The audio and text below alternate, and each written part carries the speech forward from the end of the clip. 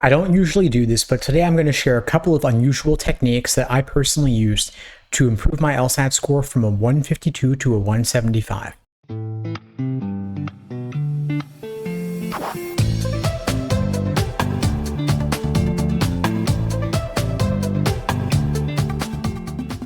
Hey, what's up everybody? Steve Schwartz here from LSAT Unplugged, joining you today to share some unusual techniques I personally used to improve my LSAT score over 20 points, ending up with a 175 on test day.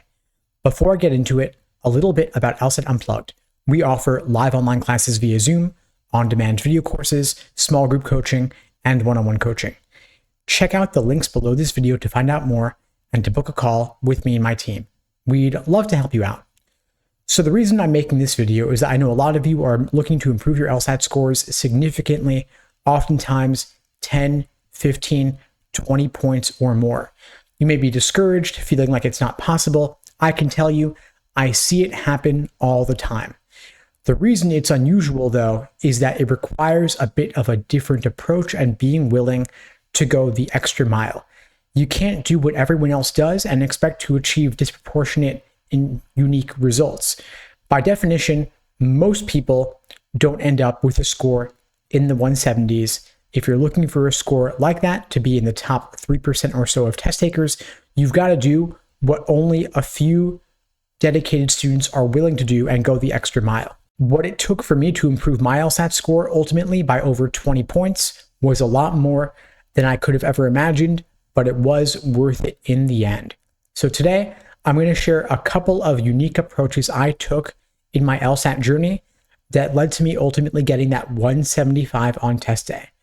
The first technique I used was writing my own logic games from scratch. I wasn't just taking official games and changing the variables and the topics.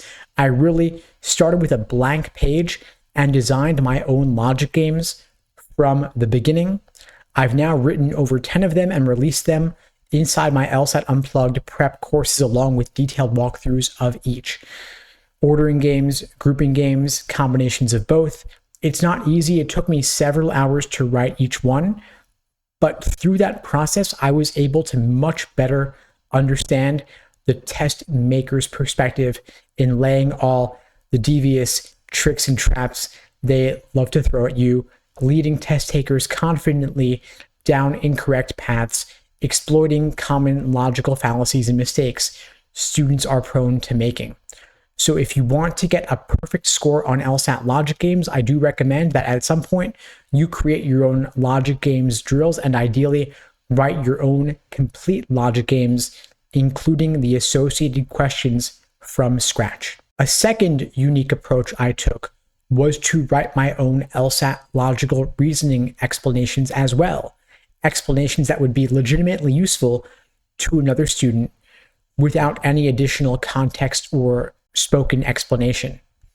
This was a way for me to deepen my review process and thoroughly explore the stimulus, the question stem, and all 5 answer choices, tempting wrong answers and unappealing right answers. What made the wrong answer choice tempting? What ultimately makes it wrong? What makes the right answer choice unappealing? And what ultimately makes it correct? So you have these traps of encouragement towards the wrong answer and traps of discouragement away from the right answer.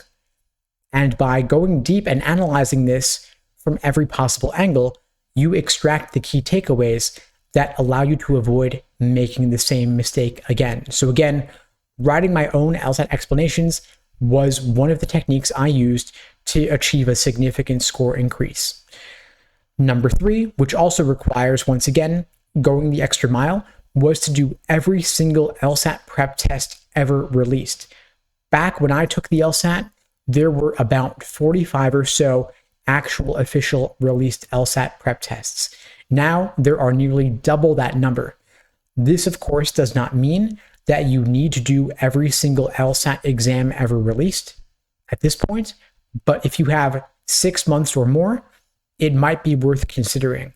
You can easily get access to the majority of LSAT prep tests through LSAC's Law Hub Advantage, which you need for any LSAT prep course, including mine. So I highly recommend getting that. And then if you have to go beyond that, there are of course, a number of older out-of-print exams available, used and new on Amazon you might seek out. But the benefit of doing all these exams is to better see the patterns between different questions. Even if the topic is different or the question type is different, the underlying logic may be extremely similar. And the more context in which you see a particular method of reasoning, the more deeply you will understand it when it shows up in a new disguise on LSAT test day. So to recap here, number 1, writing your own logic games. Number 2, writing your own explanations. And number 3, doing every single LSAT exam ever released.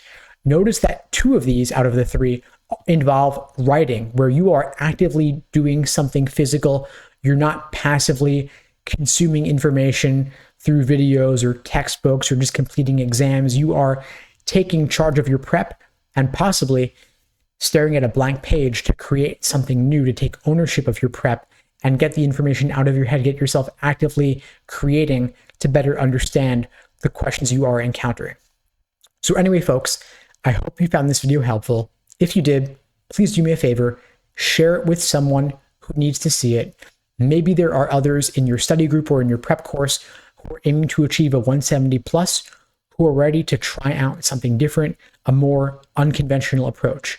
If you know them, please share this video with them. It just takes a minute and it may change the trajectory of their entire legal career. In the meantime, folks, I'll wish you all the best and take care.